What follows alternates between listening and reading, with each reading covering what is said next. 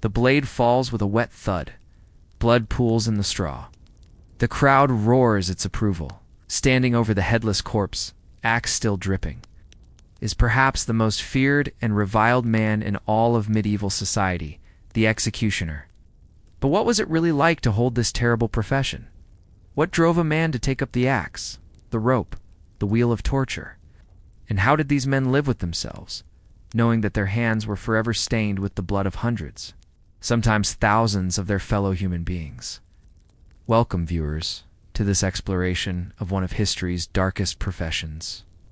Before we begin this journey into the shadows of medieval justice, I'm curious, what time is it where you're watching? And from which country are you joining us today? Whether you're watching from the comfort of your modern home in London at midnight, or perhaps it's dawn in Tokyo, or maybe you're in New York during your lunch break, we're all connected now by this shared fascination with the darker chapters of human history. Tonight, we're going to peel back the centuries and step into the leather boots of the medieval executioner. We'll discover that these weren't the hooded monsters of popular imagination, but complex men caught between necessity and revulsion, between duty and damnation. We'll explore their daily lives, their families, their struggles with isolation, and social stigma. We'll witness the brutal realities of their work. From the swift mercy of a well-aimed axe to the prolonged agony of drawing and quartering, and we'll uncover the surprising truths about how these men saw themselves not as monsters, but as servants of justice, doing God's work in a world that desperately needed order.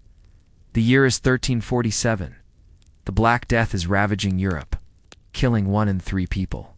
Social order is collapsing. Crime is rampant.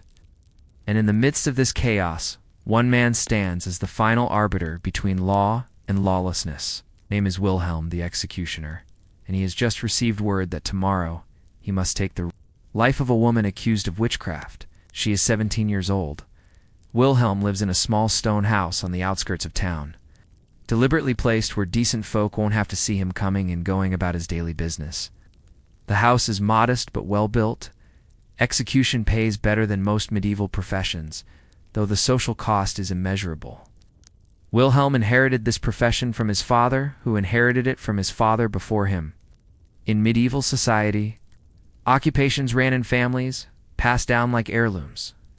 But unlike the baker's son, who inherits ovens and recipes, Wilhelm inherited axes, nooses, and the curse of being forever marked as a taker of human life. The morning begins like any other. Wilhelm rises before dawn, not from any particular eagerness for his work, but because he has learned that the condemned sleep poorly. Their families often come in the pre-dawn hours to plead for mercy he cannot grant. He dresses in his everyday clothes, rough wool and leather, nothing to mark him as different from any craftsman. The hooded robes and dramatic costumes we see in movies are largely fiction. Most executioners dressed practically, saving any ceremonial garments for the actual moment of execution. Wilhelm's wife, Margot, is already awake, preparing a simple breakfast of bread and ale. She doesn't speak much in the mornings, especially when her husband has work to do. 20 years of marriage to an executioner has taught her the weight of silence. Their children, 2 boys aged 12 and 15, are still asleep. They know what their father does. Of course, it's impossible to hide such a thing, but Wilhelm hopes they might find other trades. The executioner's craft, while hereditary, isn't mandatory. A son can choose a different path, but the family name will always carry its dark associations. After breakfast, Wilhelm walks to his workshop, a small building behind the house where he maintains his tools.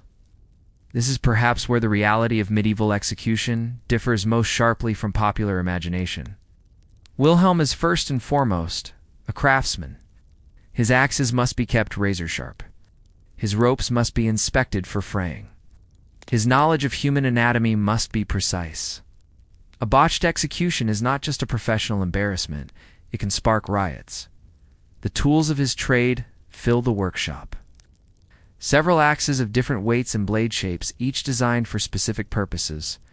A heavy executioner's axe for beheadings, lighter hatchets for amputations. A massive 2-handed sword kept sharp enough to slice through a neck in a single stroke. Coils of rope, some thick for hanging, others thin for binding, iron implements whose purposes are best left unspoken. And books, yes, books. Wilhelm can read a skill more common among executioners than among most medieval craftsmen, he owns. Manuals on anatomy, treatises on the proper conduct of executions, even philosophical works on justice and punishment. Today's condemned woman, Anya, sits in the town jail, a stone building that serves as both prison and courthouse. Medieval prisons weren't designed for long-term incarceration. They were holding cells for those awaiting trial, punishment, or execution. Anya has been there for 3 weeks, since her arrest on charges of witchcraft.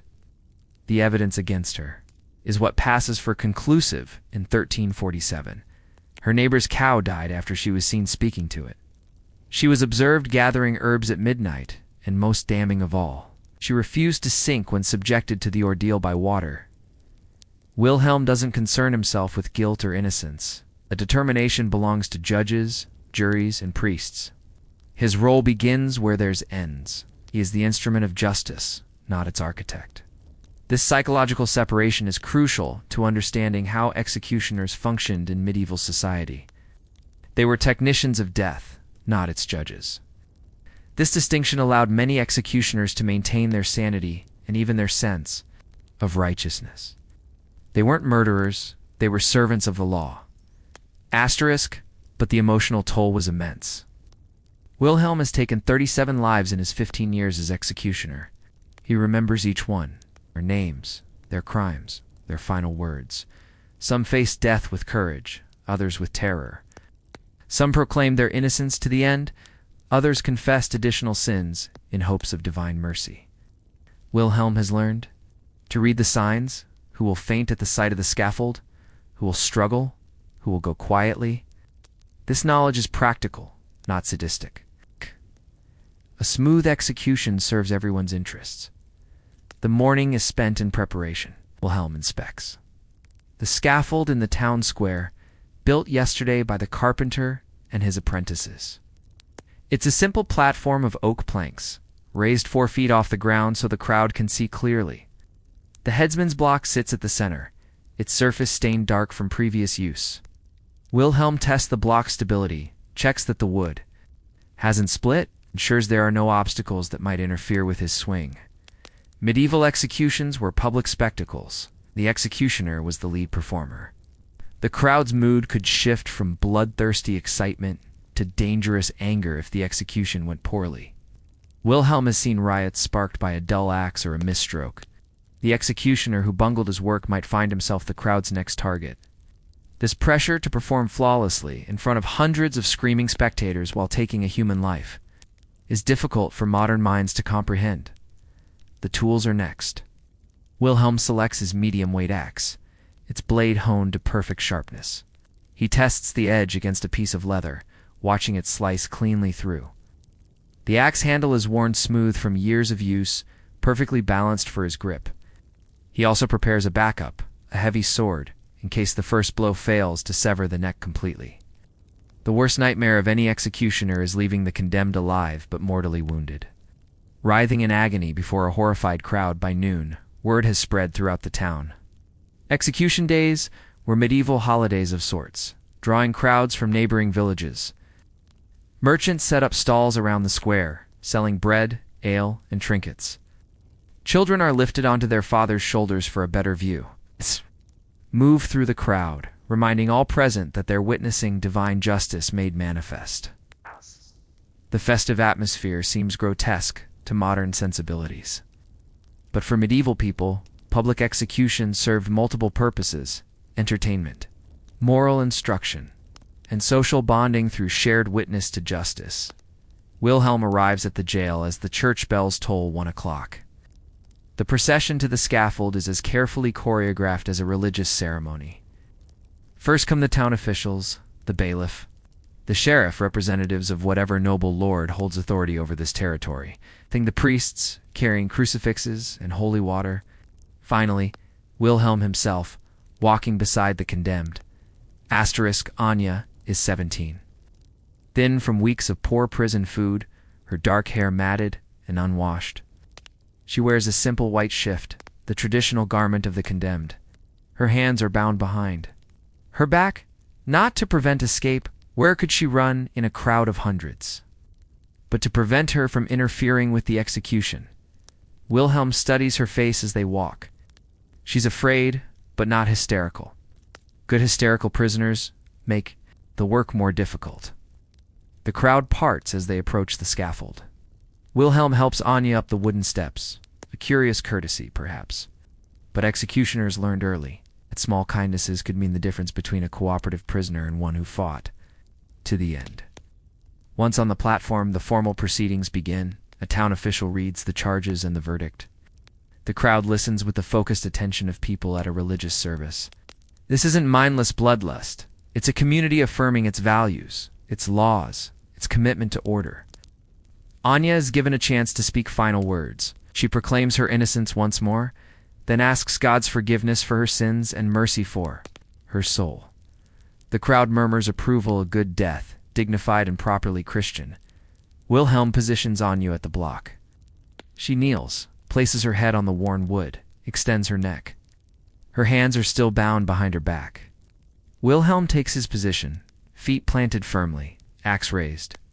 The crowd falls silent, except for a few children who don't understand the solemnity of the moment. Wilhelm's world narrows to the pale neck before him, the clean line where his blade must fall. Years of practice have made this movement as natural as a blacksmith's hammer stroke. The axe falls. The blade bites deep, severing spine and arteries in an instant. Anya's body convulses once, then lies still. Her head rolls a few inches from the block, eyes closed, expression peaceful. Blood pools quickly, soaking into the straw scattered. Around the platform, the crowd cheers, some calling out praise for Wilhelm's clean work. A single stroke, no suffering, this is what they came to see. But Wilhelm feels no satisfaction, no pride in his skill. This is perhaps the most crucial aspect of understanding medieval executioners. Most of them took no pleasure in killing. They were craftsmen who happened to work in death, not sadists who chose killing as their craft. Wilhelm wipes his axe, clean nods to the officials, and steps down from the scaffold. His work is done. The aftermath of execution was as ritualized as the event itself. Anya's body will be buried in unconsecrated ground, the fate of all who died by judicial execution. Her family, if any survive or claim her, might petition for the body. But more likely, she'll go into an unmarked grave outside the town walls. Her head, meanwhile, might be preserved as a warning, though this practice was more common for traitors and the most heinous criminals. Wilhelm returns home as the crowd disperses. The festive atmosphere continues, executions often triggered. Impromptu festivals, with drinking, dancing, and celebrating that could last into the night. But Wilhelm takes no part in these celebrations. He cleans his tools, records the execution in his personal ledger, a practice many executioners maintained to track their work, sits down to a quiet dinner with his family. His sons ask no questions about the day's work. They've learned this unspoken rule of the household. Wilhelm's wife serves the meal in silence, but her presence is comfort enough.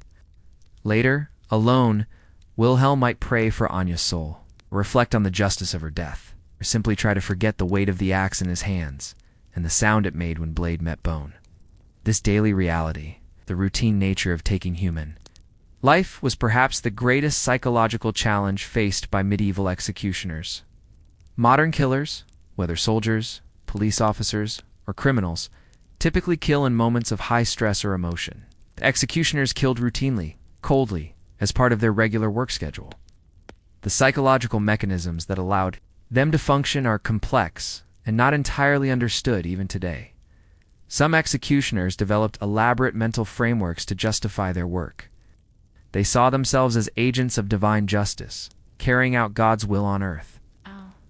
Others focused on the technical aspects of their craft, becoming absorbed in the mechanics of efficient killing rather than its moral implications. Still others numbed themselves with alcohol, though drunken executioners were quickly dismissed. The job required too much precision for intoxication to be tolerated. The social isolation of executioners cannot be overstated. In medieval society, Where community bonds were essential for survival, executioners lived as pariahs, couldn't worship alongside their neighbors. Many churches relegated them to separate sections or banned them entirely.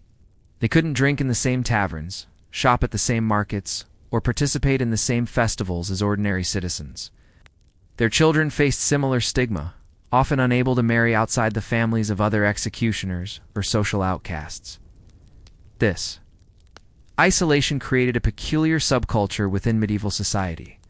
Executioner families often intermarried, creating dynasties that lasted for centuries. They developed their own traditions, their own codes of conduct, their own support networks. In some regions, executioners formed guilds, complete with apprenticeship, systems, and professional standards. These guilds regulated everything from pricing. Yes, executioners charged fees for their services. Two techniques for different types of execution. The economics of execution varied widely across medieval Europe. Some executioners were salaried employees of nobles or city-states, receiving regular payment regardless of how much work they had. Others worked on a fee-for-service basis, charging different amounts for different types of execution. Beheading commanded premium prices as it required the most skill. Hanging was cheaper, though still well paid compared to most medieval occupations. Torture and execution combined could provide a substantial income, though few executioners grew wealthy. The social costs were too high. Payment wasn't always in coin. Executioners often received payment in kind, grain, livestock, cloth, or tools. They also typically claimed certain perquisites, the condemned's clothing, any valuables not claimed by authorities, sometimes even the rope used for hanging, which could be sold as a grisly souvenir. These additional income sources were important, as executioners often struggled to find other ways to earn money given their social status. The tools of execution varied by region, social class of the condemned, and nature of the crime. Nobles were typically beheaded with swords, a swift, relatively merciful death that acknowledged their high social status even in condemnation. Commoners faced the axe, which required less skill to use effectively than a sword, but was more likely to result in a messy execution if the executioner's aim was poor. Hanging was reserved for the lowest criminals and was considered a dishonorable death. More elaborate executions were reserved for the most serious crimes. Traitors faced drawing and quartering, being dragged behind a horse, and hanged until nearly dead, disemboweled while still alive, beheaded, and finally cut into quarters. Heretics might be burned at the stake. Murderers could face breaking on the wheel, where their bones were systematically shattered with iron bars. These extreme punishments served as both deterrent and spectacle. Demonstrating the full power of medieval justice, the executioner's skill in carrying out these punishments was crucial. A quick death was considered merciful. A botched execution, that prolonged suffering, was seen as unnecessarily cruel, even by medieval standards. This created an odd dynamic where executioners, despite their grim profession, were often motivated by compassion to perfect their craft. The better they became at killing, the less their victims suffered. Training for executioners typically began in childhood. Sons of executioners learned the trade by watching their fathers work, gradually taking on more responsibility as they grew older. They learned anatomy by studying the bodies of executed criminals, practiced on animals or condemned prisoners who were already dying. By the time they took on the full responsibilities of executioner, they had typically witnessed hundreds of deaths and understood intimately how to kill quickly and efficiently. Asterisk. But technical skill was only part of the executioner's education. They also learned the psychology of execution, how to manage crowds, how to handle different types of condemned prisoners, how to work with clergy and officials. They studied law, not to judge cases, but to understand the different punishments prescribed for different crimes. Many executioners were surprisingly well educated, able to read and write at a time when literacy was rare outside the clergy and nobility. The relationship between executioners and the condemned was complex and often surprisingly compassionate.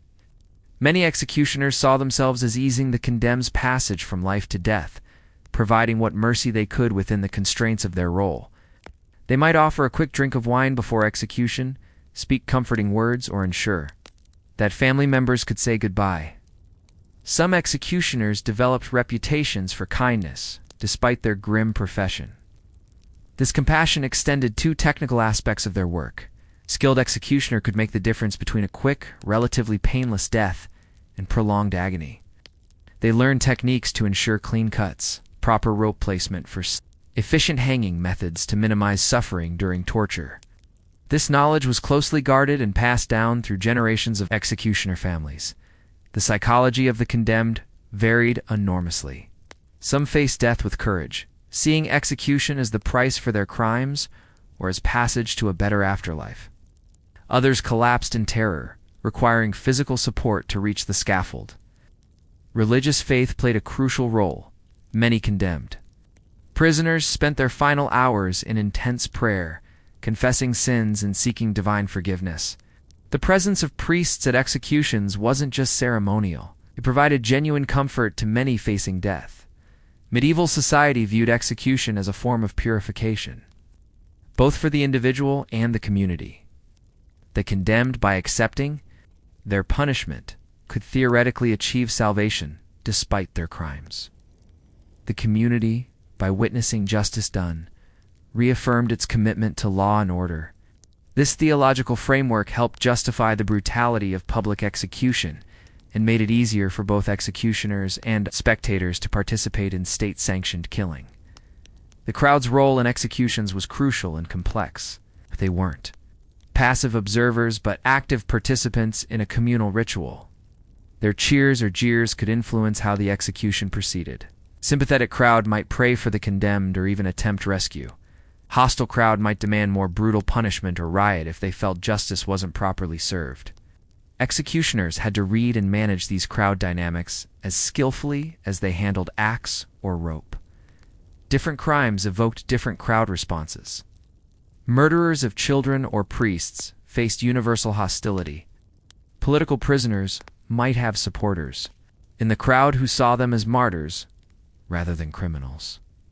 Accused witches generated complex reactions: fear, anger, but sometimes sympathy if they were young or appeared innocent.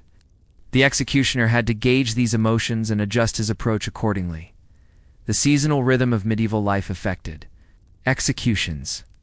Winter executions were less common, as travel was difficult and crowds smaller. Spring brought increased execution schedules, as courts processed cases that had accumulated during winter months. Summer executions drew the largest crowds, as good weather allowed people to travel from surrounding areas. Harvest time saw fewer executions, as most people were busy with agricultural work. Religious holidays also influenced execution schedules. No executions took place during major Christian festivals like Christmas or Easter. Some regions banned executions during Lent or other periods of religious observance. This created a strange calendar where the taking of human life was suspended for spiritual reasons, acknowledging that even judicial killing was incompatible with certain forms of worship and contemplation. The executioner's family life was inevitably shaped by his profession. Children of executioners faced isolation and stigma from an early age, as they couldn't play with other children, attend the same schools, or participate in normal childhood activities. Many developed close-knit relationships within their immediate families. As these were often the only people who would accept them without reservation, marriage was particularly challenging for executioner families. Few people would marry into such a stigmatized profession, so executioners' children often married within the small community of other outcasts, children of other executioners.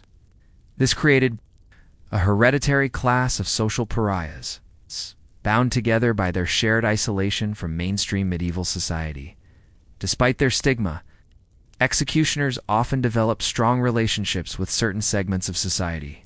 Clergy worked closely with executioners, as spiritual comfort for the condemned was considered essential. Some priests developed genuine friendships with executioners, recognizing them as men doing difficult but necessary work. Physicians sometimes collaborated with executioners, as both worked intimately with death and had knowledge of human anatomy that others lacked. Legal officials Judges, sheriffs, and bailiffs depended on executioners to carry out their sentences effectively. A reliable, skilled executioner was valuable to the legal system. Some developed reputations that extended far beyond their local communities. Famous executioners might be summoned to other towns for particularly important or difficult executions. The tools and techniques of execution evolved throughout the medieval period. Early medieval executions were often crude affairs, with condemned prisoners beaten to death or killed with whatever weapons were available. As legal systems became more sophisticated, execution methods became more standardized and, paradoxically, more humane. The development of purpose-built execution tools reflected growing understanding of anatomy and a desire to minimize suffering while ensuring death. Regional variations in execution methods reflected local traditions, available materials, and cultural preferences. Northern European countries favored beheading and hanging. Mediterranean regions more commonly used crucifixion or exposure. Eastern European areas developed their own variants, often influenced by Byzantine or Islamic practices. These differences meant that executioners who traveled or relocated had to learn new techniques and adapt to different expectations. The preservation and maintenance of execution tools was a significant aspect of the executioner's craft. Metal tools required regular sharpening and protection from rust. Wooden components like scaffolds and blocks needed replacement due to wear and weathering. Ropes had to be inspected for fraying or weakness that could lead to botched hangings. This maintenance work was typically done by the executioner himself. Few other craftsmen would associate with execution equipment. Record-keeping varied among executioners, but many maintained detailed logs of their work. These records included names of the condemned, their crimes, dates of execution, methods used, and sometimes personal observations about the proceedings. Such records served multiple purposes. They provided legal documentation, helped track payments owed, and allowed executioners to reflect on their techniques and outcomes. The training of apprentice executioners was carefully structured. Despite the profession's outcast status, young men learning the trade started with menial tasks, maintaining tools, preparing scaffolds, assisting with crowd control. Gradually, they took on more responsibilities, first handling simple executions like hangings, then progressing to more complex methods requiring greater skill. The full training process typically took several years and culminated in the apprentice successfully completing his first solo execution. Master executioners took their teaching responsibilities seriously. A poorly trained apprentice could bungle executions, creating public disorder and reflecting badly on the profession. The knowledge passed down included not just technical skills, but also psychological strategies for managing stress. Crowd dynamics. In the emotional toll of regular killing, this oral tradition preserved techniques and wisdom that might otherwise have been lost. Retirement for executioners was complicated by their social status. Unlike other craftsmen who might pass their businesses to sons or sell to other practitioners, executioners often had to continue working until they died or became physically incapable. The social stigma that followed them throughout life didn't diminish with age. Many executioners died poor despite having earned good money during their careers. As their pariah status limited investment and savings opportunities, some executioners sought redemption through religious devotion in their later years. They might make pilgrimages, donate heavily to churches, or spend their final years in prayer and contemplation. Whether these efforts achieve the spiritual peace they sought is impossible to know, but they reflect the psychological burden that many executioners carried throughout their lives. The legal framework governing executions varied significantly. Across medieval Europe, some regions had detailed codes specifying exactly how different crimes should be punished, while others left such decisions to local authorities. The executioner had to understand these legal nuances. Using the wrong method of execution could invalidate the sentence or create legal complications. International travel by executioners was not uncommon, particularly for specialists known for difficult techniques. An executioner skilled in breaking on the wheel might be summoned to territories where this punishment was rarely used but had been decreed for a particular criminal. Such travel presented both opportunities for higher payment and challenges of working in unfamiliar legal and social environments. Asterisk. The relationship between executioners and medical practitioners was closer than might be expected. Both groups worked intimately with human bodies and death, creating natural points of collaboration. Some executioners possessed medical knowledge that rivaled trained physicians, particularly regarding anatomy and the effects of various injuries. This knowledge sometimes allowed them to work as barber surgeons or healers when execution work was scarce. Conversely, physicians sometimes assisted with executions, either to pronounce death officially or to advise on techniques that would minimize suffering. This collaboration troubled some medical practitioners who saw healing and killing as fundamentally incompatible. But practical necessities often overcame such philosophical concerns. The seasonal and cyclical nature of medieval justice meant that executioners' workloads varied dramatically. Some periods might bring multiple executions per week, while others could pass with no work at all. This irregular income stream created financial challenges that executioners addressed through various means. Some took on related work like torture or interrogation. Others developed secondary skills and crafts that didn't require social interaction. The feast days and festivals of the medieval calendar provided some of the few opportunities for executioners to participate in community life, albeit in limited ways. During major celebrations, the normal social barriers might relax slightly, allowing executioners to observe festivities from the margins or even participate in anonymous ways.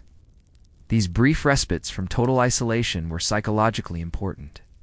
For maintaining some connection to the broader community, women's roles in the executioner's world were limited but significant. Executioners' wives bore the social stigma alongside their husbands, often facing even greater isolation as women's social networks were typically more important for daily survival than men's. Yet these women developed their own coping strategies and support systems, often maintaining closer relationships with other outcast families than their husbands could manage. Some women served as assistants to executioners, though rarely in the actual killing. They might help prepare condemned prisoners, maintain tools and equipment, or manage the practical aspects of execution days. Very rarely, women served as executioners themselves, typically inheriting the role when no male family members were available to continue the profession. The economic networks surrounding execution were more complex than simple payment for services. Executioners often traded with other outcasts and marginal figures who were less concerned with social stigma. They might barter their services for goods, or maintain business relationships with undertakers and grave diggers, or collaborate with other figures who worked at society's darker edges. The geographical mobility of executioners varied by region and political structure. In some areas, executioners were bound to specific territories or lords, unable to travel freely or seek work elsewhere. Others operated more independently, traveling where work was available and building reputations that transcended local boundaries. This mobility could provide economic opportunities, but also increased social isolation by preventing the formation of stable community ties. The intersection of execution with religious law created additional complexities. Church courts handled different types of crimes and often prescribed different punishments than secular authorities. Executioners working in religiously diverse areas had to understand multiple legal systems and their associated punishment methods. The distinction between secular and religious law also affected where and how executions could be performed. The preservation of professional knowledge was crucial for executioner families and guilds. Without formal schools or written manuals for much of the medieval period, knowledge was transmitted orally and through direct observation. This created vulnerability. The death of a master executioner, before properly training successors, could leave communities without anyone capable of carrying out death sentences. The psychological profiles of men who became executioners by choice, rather than inheritance, are difficult to reconstruct from historical sources. Some were clearly motivated by the relatively good pay despite social costs. Others may have been drawn by a sense of serving justice or maintaining social order. A few might have had psychological predispositions toward violence, though the evidence suggests most executioners were not inherently violent people. The impact of major historical events on the executioner's profession was significant. Wars often increased execution rates as military justice dealt with deserters, traitors, and captured enemies. Plagues and famines could lead to increased crime and corresponding increases in executions. Political upheavals might change who was in power, and therefore who determined what constituted criminal behavior worthy of death. The technological limitations of medieval execution meant that methods remained relatively static for centuries. Without modern understanding of anatomy, physiology, or materials science, improvements in execution techniques came slowly and through trial and error. This conservatism in methods also reflected the ritualistic aspects of execution. Communities often preferred familiar procedures too. Innovative approaches. The documentation of executions varied widely, but provides crucial insights into medieval attitudes toward death and justice. Official records focused on legal aspects, charges, sentences, and confirmation that punishments were carried out. Personal accounts, when they exist, reveal more about the human experiences of both executioners and condemned. These sources, though sparse, are invaluable for understanding how medieval people viewed this intersection of law, death, and social order. The relationship between executioners and artists, writers, and chroniclers was complex. Some chroniclers recorded executions as notable events worthy of historical preservation. Artists occasionally depicted executions in religious or legal contexts. Writers used execution scenes for dramatic or moral effect. Yet these cultural figures also maintained social distance from executioners themselves, treating them as subjects for observation rather than associates for interaction. The evolution of execution methods throughout the medieval period reflected broader changes in society, law, and technology. Early medieval executions were often impromptu affairs with crude methods. Later medieval periods saw more standardized, ritualized procedures with specialized tools and trained practitioners. This evolution paralleled the general development of more sophisticated legal and governmental institutions. The international exchange of execution techniques and expertise was limited, but did occur. Executioners might learn new methods through travel, trade contacts, or military service. Political marriages and diplomatic relationships could also spread knowledge of different execution practices. However, local traditions and legal requirements usually prevented wholesale adoption of foreign methods. The financial aspects of execution extended beyond simple payment for services. Executioners often had to purchase and maintain their own tools, rent or build facilities for their work, and sometimes pay fees to authorities for the right to practice their profession. These overhead costs meant that the apparently lucrative nature of execution work was often offset by significant expenses. The role of spectacle in medieval execution cannot be overstated. These events served as entertainment, moral instruction, political demonstration, and social bonding ritual, all simultaneously. The executioner was the central performer in these spectacles, and his skill in managing not just the technical aspects of killing, but also the theatrical elements of the performance was crucial to the event's success. The preservation of family honor within executioner dynasties required careful navigation of their paradoxical social position. While stigmatized as killers, they also served essential functions that authorities and communities needed. Successful executioner families developed strategies for maintaining dignity and self-respect despite widespread social rejection, often emphasizing their role as servants of justice rather than mere killers. The intersection of execution with emerging medical and anatomical knowledge in the later medieval period created new opportunities and challenges for executioners. Their intimate knowledge of human anatomy, gained through years of killing and observing death, sometimes made them valuable consultants for medical practitioners. This relationship could provide alternative income sources and slightly improved social standing. The impact of urbanization on the executioner's profession was significant.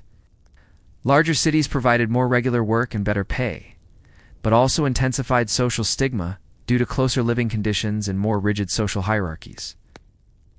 Rural executioners might face less daily stigma, but also had less regular work and income. This urban-rural divide shaped the profession's development throughout the medieval period. Asterisk. The legal protections available to executioners varied significantly by jurisdiction. Some regions provided specific legal safeguards recognizing that executioners might face retaliation from criminals, associates, or families. Others offered no special protection, leaving executioners vulnerable to revenge attacks or scapegoating during times of social unrest. The role of guilds and professional organizations in the executioner's world was limited but important where it existed. These organizations provided some social support, standardized training and practices, and collective bargaining power with authorities.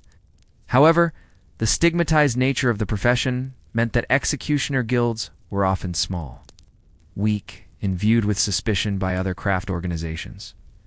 The question of moral responsibility weighed differently on different executioners.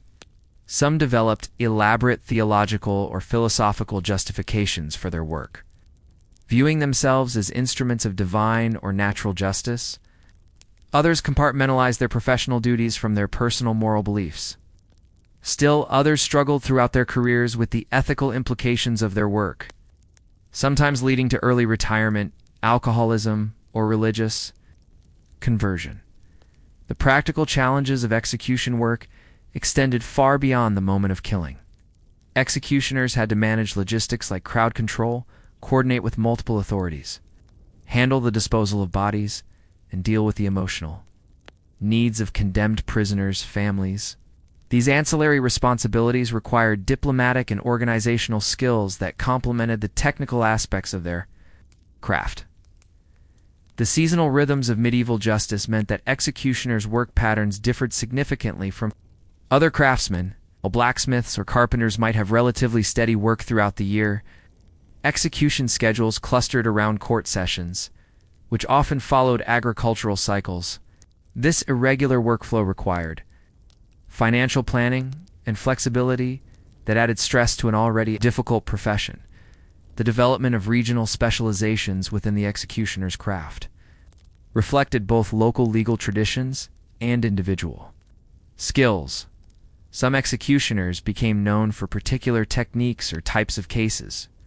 Others developed expertise in handling specific categories of criminals, such as political prisoners or religious heretics.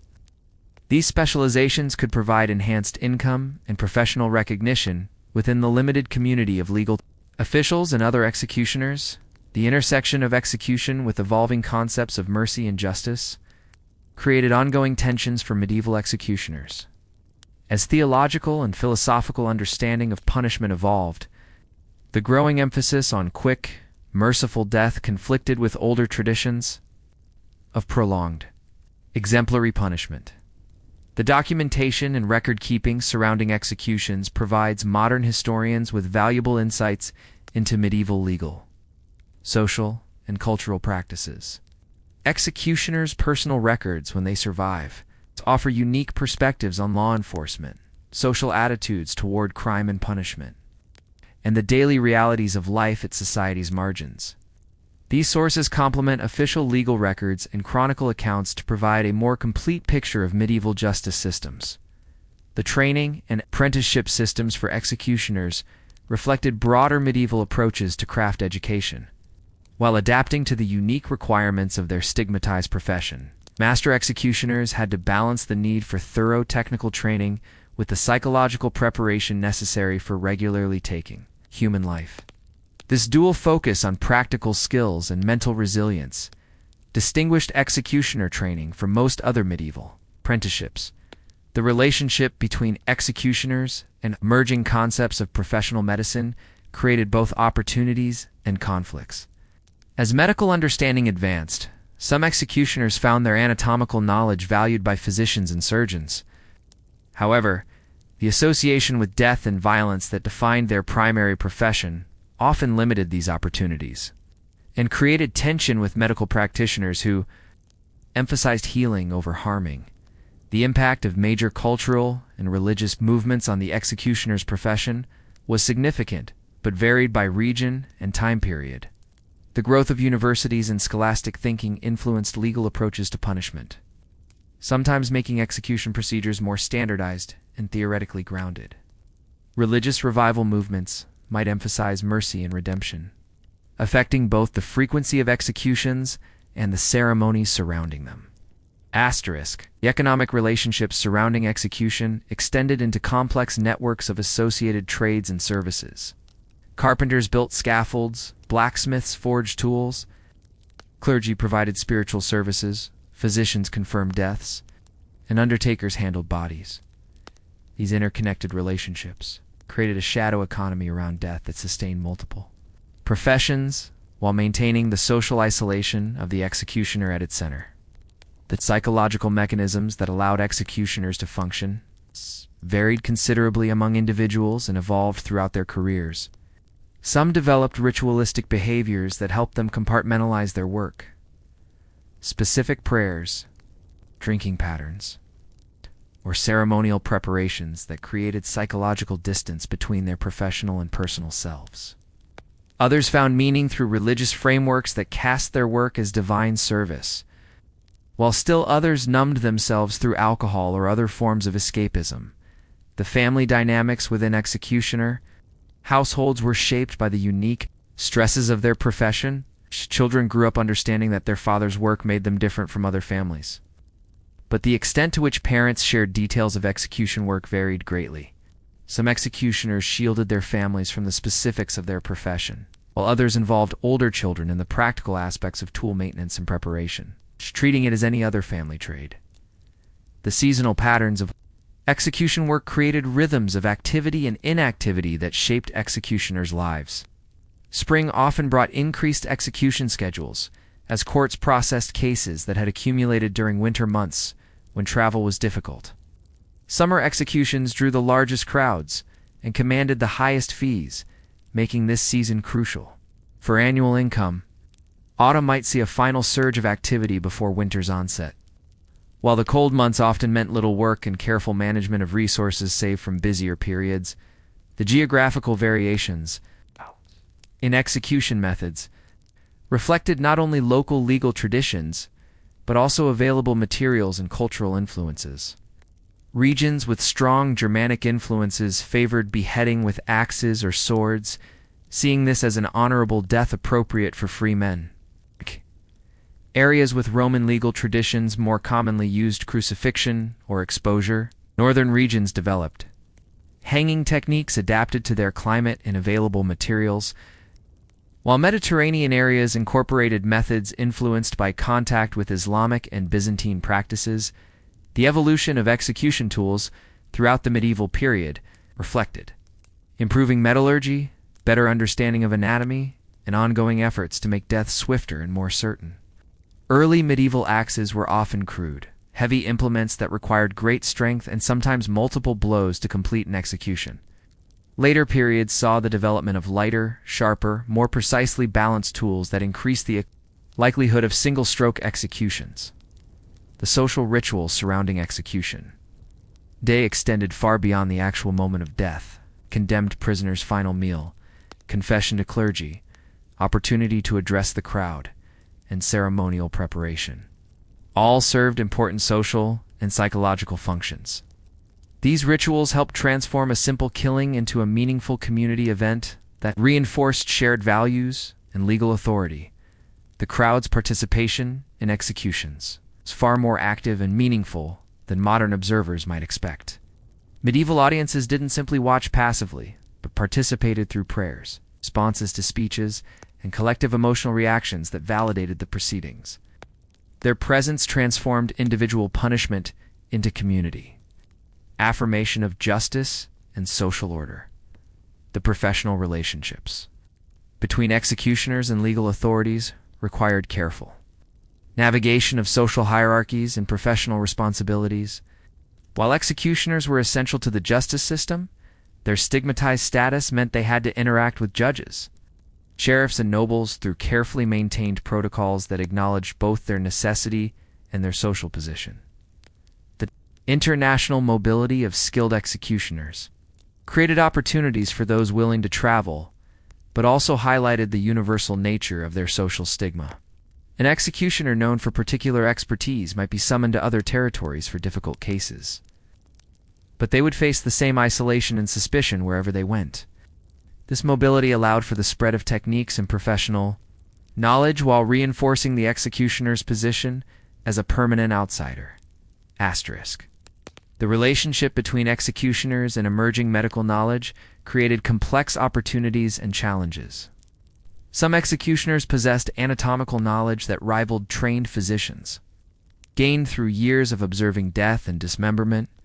This expertise sometimes allowed them to work as barber surgeons or provide medical consultation, offering alternative income sources that carried less social stigma than execution work. The impact of major historical events on execution rates and methods was significant. Wars typically increased executions as military justice dealt with deserters, spies, and prisoners of war. Plagues and famines often led to increased crime, and corresponding increases in judicial executions. Political upheavals might change not only who held power, but also what acts were considered treasonous or criminal, dramatically affecting executioners' workloads. The documentation practices of executioners, where they existed, provide valuable insights into medieval attitudes toward death, justice, and record-keeping. Some executioners maintained detailed logs of their work, including names of the condemned, their crimes, execution methods used, and personal observations about the proceedings.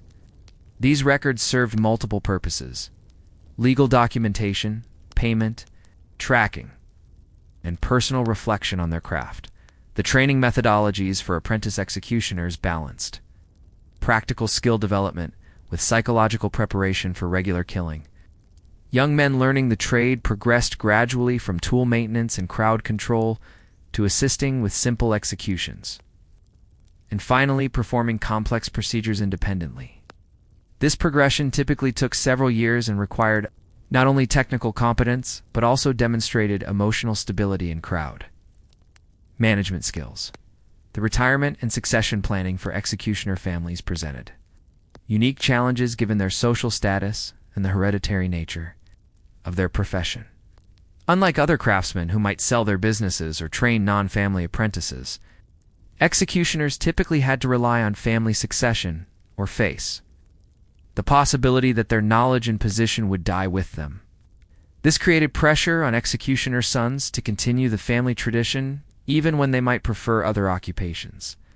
The legal frameworks governing execution varied dramatically across medieval Europe, creating challenges for executioners who traveled or worked in multiple jurisdictions. Some regions had detailed legal codes specifying exactly how different crimes should be punished, while others left such decisions to local authorities. Executioners had to understand these variations to ensure they used appropriate methods and avoided legal complications. The economic network surrounding execution work extended beyond simple fee-for-service arrangements. Executioners often traded services with other marginalized professions, bartered goods for execution work, or received payment in kind rather than coin. These complex economic relationships reflected both the executioner's social isolation and the practical necessities of medieval economic life. The preservation of professional knowledge within executioner families and guilds relied heavily on oral tradition and direct observation rather than written manuals. This created vulnerabilities when master executioners died before fully training successors, potentially leaving communities without anyone capable of carrying out death sentences. The development of written guides and technical manuals in later medieval periods helped address this knowledge preservation challenge. The psychological profiles of men who chose to become executioners, rather than inheriting the profession, are difficult to reconstruct from historical sources but likely varied considerably. Some were probably motivated primarily by economic considerations, accepting social stigma in exchange for relatively good pay. Others may have been drawn by a sense of serving justice or maintaining social order. A few might have had psychological predispositions that made them comfortable with violence, though evidence suggests most executioners were not inherently violent individuals. The relationship between executioners and religious authorities was complex and often contradictory. While clergy regularly participated in executions to provide spiritual comfort to the condemned, they also sometimes struggled with the theological implications of state-sanctioned killing. Some religious figures developed close working relationships, with executioners recognizing them as men doing difficult but necessary work, while others maintained distance due to concerns about associating with those who killed regularly. The impact of technological limitations on medieval execution methods meant that improvements came slowly and often through trial and error rather than systematic innovation. Without modern understanding of anatomy, physiology, or material science, executioners had to rely on accumulated experience and traditional knowledge to refine their techniques. This technological conservatism also reflected the ritualistic aspects of execution. As communities often preferred familiar procedures to innovative approaches, the seasonal and cyclical nature of medieval justice created irregular work patterns that distinguished executioners from most other craftsmen. While blacksmiths or farmers had relatively predictable work cycles, execution schedules depended on court sessions, which often followed agricultural calendars, seasonal travel patterns, and religious observances. This irregularity required financial planning and flexibility that added stress to an already difficult profession. The role of spectacle and theater in medieval executions cannot be understated. These events served simultaneously as entertainment, moral instruction, political demonstration, social bonding ritual. The executioner was the central performer in these spectacles, and his skill in managing not only the technical aspects of killing, but also the theatrical elements of the performance was crucial to the event's success and the community's satisfaction. The development of regional specializations within the executioner's craft reflected both local legal traditions and individual expertise. Some executioners became known for particular techniques or types of cases, while others developed reputations for handling specific categories of criminals, such as political prisoners or religious heretics. These specializations could provide enhanced income and professional recognition within the limited community of legal officials and fellow executioners. The intersection of execution work with evolving concepts of mercy and justice created ongoing tensions for medieval executioners, as theological and philosophical understanding of punishment evolved throughout the medieval period. Executioners sometimes found themselves caught between traditional practices emphasizing prolonged exemplary punishment and newer expectations. Focusing on swift, merciful death, this evolution required adaptability and sometimes forced executioners to learn new techniques or modify established practices. The family honor and dignity maintenance strategies within executioner dynasties required careful navigation of their paradoxical social position. While stigmatized as killers, they also served essential functions that authorities and communities needed. Successful executioner families developed approaches for maintaining self-respect and dignity, despite widespread social rejection, often emphasizing their role as servants of justice rather than mere killers and finding meaning through religious devotion or family solidarity. The practical challenges of execution work extended far beyond the actual moment of killing. Executioners had to coordinate with multiple authorities, manage crowd dynamics, handle logistical arrangements, deal with the condemned prisoners' families, and oversee body disposal. These ancillary responsibilities required diplomatic skills, organizational ability, and emotional resilience that complemented the technical aspects of their craft. The intersection of execution work with emerging anatomical and medical knowledge in the later medieval period created new opportunities and challenges. Executioners' intimate familiarity with human anatomy, gained through years of killing and observing death, sometimes made them valuable consultants for medical practitioners. However, the association with death and violence that defined their primary profession often limited these opportunities and created tension with physicians who emphasized healing over harming. The urban versus rural divide significantly impacted executioners' professional lives and social experiences. Urban executioners typically had more regular work and better pay due to larger populations and more active court systems. But they also faced intensified social stigma due to closer living conditions and more rigid social hierarchies. Rural executioners might experience less daily stigma, but also had less regular work and income, often requiring them to travel significant distances for executions or develop secondary occupations to survive economically. The legal protections available to executioners varied dramatically by jurisdiction and time period. Some regions provided specific safeguards, recognizing that executioners might face retaliation from criminals, associates, or families, while others offered no special protection, leaving executioners vulnerable to revenge attacks or scapegoating. During times of social unrest, these protections, where they existed, might include guaranteed housing, armed escorts, or legal immunities for actions taken in their professional capacity. The role of guilds and professional organizations in the executioner's world was limited but significant where it existed. Executioner guilds provided social support, standardized training practices, collective bargaining power with authorities, and mutual aid during difficult periods. However, the stigmatized nature of the profession meant these organizations were often small, poorly funded, and viewed with suspicion by other craft guilds and civil authorities. The moral and ethical questions surrounding execution work weighed differently on different lead practitioners throughout their careers. Some executioners developed elaborate theological or philosophical justifications for their work, viewing themselves as instruments of divine justice or necessary servants of social order.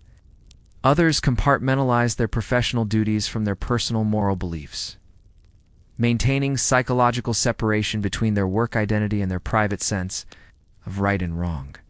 Still others struggled throughout their careers with the ethical implications of regularly taking human life, sometimes leading to early retirement, religious conversion, or self-destructive behaviors. The administrative and bureaucratic aspects of execution work became increasingly complex as medieval legal systems evolved. Executioners had to navigate paperwork, coordinate schedules with multiple authorities, maintain official records, and comply with various legal requirements that surrounded their work.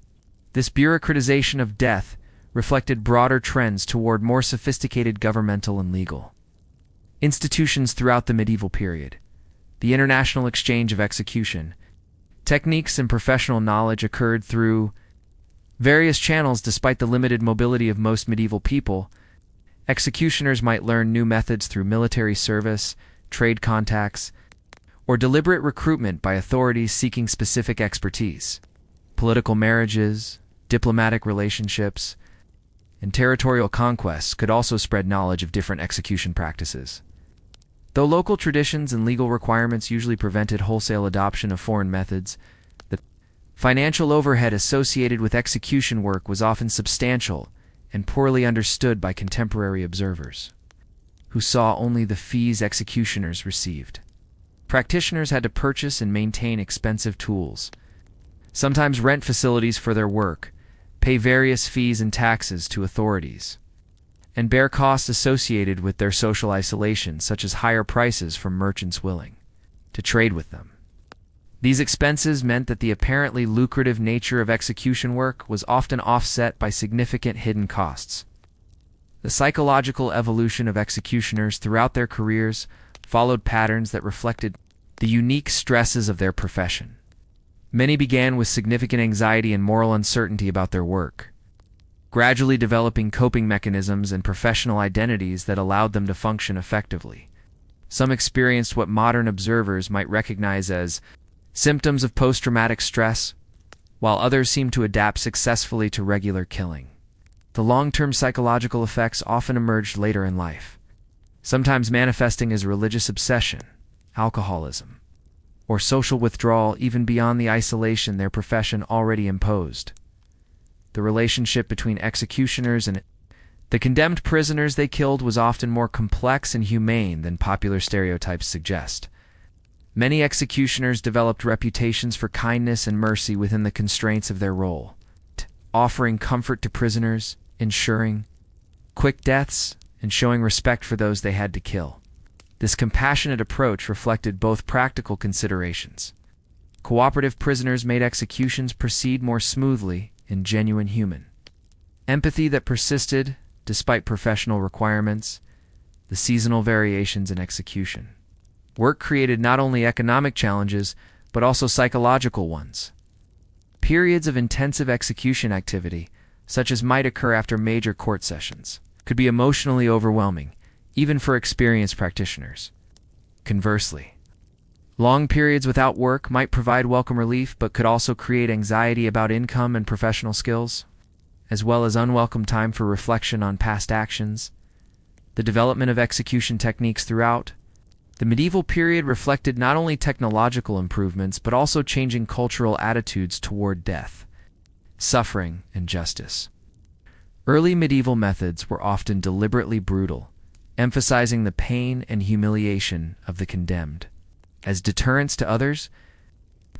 Later medieval approaches increasingly emphasized swift, efficient death, reflecting growing concern for mercy even within systems of capital punishment. The preservation of family traditions within executioner dynasties required balancing professional knowledge transmission with normal family relationships. Children had to learn not only the technical aspects of execution, but also the psychological and social strategies necessary for survival in their stigmatized position. This education often began early and continued throughout childhood, creating family dynamics quite different from those in other medieval households. The economic relationships between executioners and their communities extended beyond simple service provision into complex networks of interdependence and mutual necessity. While communities needed executioners to maintain legal order, executioners needed community tolerance and cooperation to function effectively. This interdependence created ongoing tensions between social rejection and practical necessity that shaped interactions throughout the medieval period. The documentation and record-keeping practices of executioners, where they existed, provide valuable insights into medieval legal practices, social attitudes, and individual experiences. Personal records kept by executioners offer unique perspectives on crime, punishment, and social order that complement official legal documents and chronicle accounts. These sources, though relatively rare, are invaluable for understanding how medieval people experienced and understood the intersection of law, death, and justice. The international reputation and mobility of skilled executioners created a small but significant professional network that transcended political boundaries. Executioners known for particular expertise might be summoned across considerable distances for difficult cases, creating opportunities for professional advancement and knowledge exchange while also highlighting the universal nature of their social stigma. The intersection of execution work with broader cultural and intellectual movements of the medieval period influenced both the practice and perception of capital punishment. The growth of universities and scholastic thinking affected legal approaches to punishment, sometimes making execution procedures more theoretically grounded and systematically applied. Religious revival movements might emphasize mercy and redemption, affecting both the frequency of executions and the ceremonies surrounding them. The practical logistics of execution work required coordination with numerous other professionals and authorities, creating complex webs of professional relationships. Despite the executioner's social isolation, successful executioners developed skills in diplomacy, scheduling, crowd management, and crisis resolution that extended far beyond their technical expertise in killing. These additional competencies were often crucial for professional success and community acceptance. The apprenticeship and training systems for executioners adapted traditional medieval craft education to the unique requirements of their stigmatized profession. Master executioners had to balance thorough technical instruction with psychological preparation for regular killing, creating educational approaches that differed significantly from other craft training. The success of these training programs was measured not only by technical competence but also by the apprentice's ability to maintain emotional stability, and community functioning despite their work's psychological demands. As our exploration of the medieval executioner's world draws toward its conclusion, we must grapple with the fundamental questions that their lives and work raise about human nature, society, and justice. These men, for they were almost always men, lived at the intersection of civilization and barbarism, serving as agents of social order while being cast out from the very society they helped maintain. Their experiences illuminate the contradictions and complexities that define human communities throughout history. Asterisk, the medieval executioner was, in many ways, a mirror reflecting his society's deepest fears and highest aspirations. Communities demanded justice, order, and protection from those who would break their laws and threaten their security. Yet they also recoiled from the individuals who provided these services, creating a psychological and social distance that allowed them to benefit from violence while denying responsibility for it. This dynamic persists in various forms throughout human history, manifesting in modern society's complex relationships with military personnel, police officers, and others who use sanctioned violence on behalf of the community. Asterisk, the daily reality of being a medieval executioner reveals the human capacity for adaptation to even the most extreme circumstances. These men developed strategies for psychological survival, methods for maintaining family relationships, and approaches to finding meaning in work that most people would find unbearably horrific. Their stories demonstrate both the flexibility of human psychology and the costs of social isolation and stigmatization. Perhaps most remarkably, many executioners maintained their humanity despite their work. They showed mercy within the constraints of their role, developed genuine relationships with family members and certain colleagues, and often struggled with moral questions that their contemporaries preferred to ignore. Their ability to retain compassion while regularly taking human life challenges simple categories of good and evil, forcing us to confront the complexity of human moral experience. The profession of executioner also reveals the medieval world's approach to necessary but morally problematic work. Rather than distributing the psychological burden of state-sanctioned killing across many individuals, medieval society concentrated it in specific families and bloodlines, creating hereditary specialists in death. This system preserved the community's moral comfort while ensuring that someone would always be available to carry out society's violent judgments.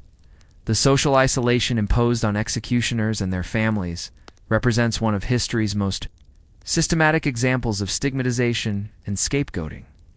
Communities needed these men's services but couldn't tolerate their presence, creating a class of permanent outsiders who bore the moral burden for everyone else's need for violent justice.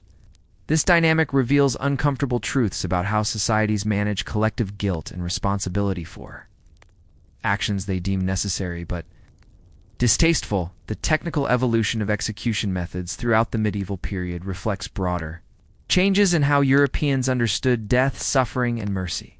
The gradual movement towards swifter, more efficient methods of execution suggest growing discomfort with prolonged suffering. Even within systems designed to inflict death as punishment, this evolution hints at developing concepts of human dignity that would eventually challenge the entire system of capital punishment. The economic aspects of medieval execution reveal the intersection of moral considerations with practical necessities. Executioners needed to earn livings for themselves and their families. Authorities needed reliable specialists to carry out sentences, and communities needed the social order that effective punishment systems provided. These economic relationships created complex webs of interdependence that persisted despite social rejection and moral ambivalence. The family dynamics within executioner households illuminate the ways in which stigma and social isolation affect children and spouses who bear the consequences of occupational choices they didn't make. The strategies these families developed for survival close internal bonds, alternative sources of meaning and identity, and careful navigation of social boundaries offer insights into resilience and adaptation under extreme social pressure. The psychological profiles of medieval executioners, insofar as they can be reconstructed from historical sources, reveal the diversity of human responses to extreme occupational demands. Some found meaning through religious frameworks that justified their work as divine service. Others compartmentalized their professional and personal identities. Still others struggled throughout their careers with the moral implications of their work. These varied responses demonstrate that there was no single executioner personality, but rather a range of human approaches to an impossible situation. The relationship between executioners and religious authorities highlights medieval Christianity's complex attitude toward violence, death, and state power. While clergy participated in executions to provide spiritual comfort, they also grappled with theological questions about killing, mercy, and redemption that their participation raised. This tension between spiritual ideals and practical necessities reflects broader contradictions within medieval Christian society. The regional variations in execution methods and executioner status reveal the diversity of medieval European legal and social systems.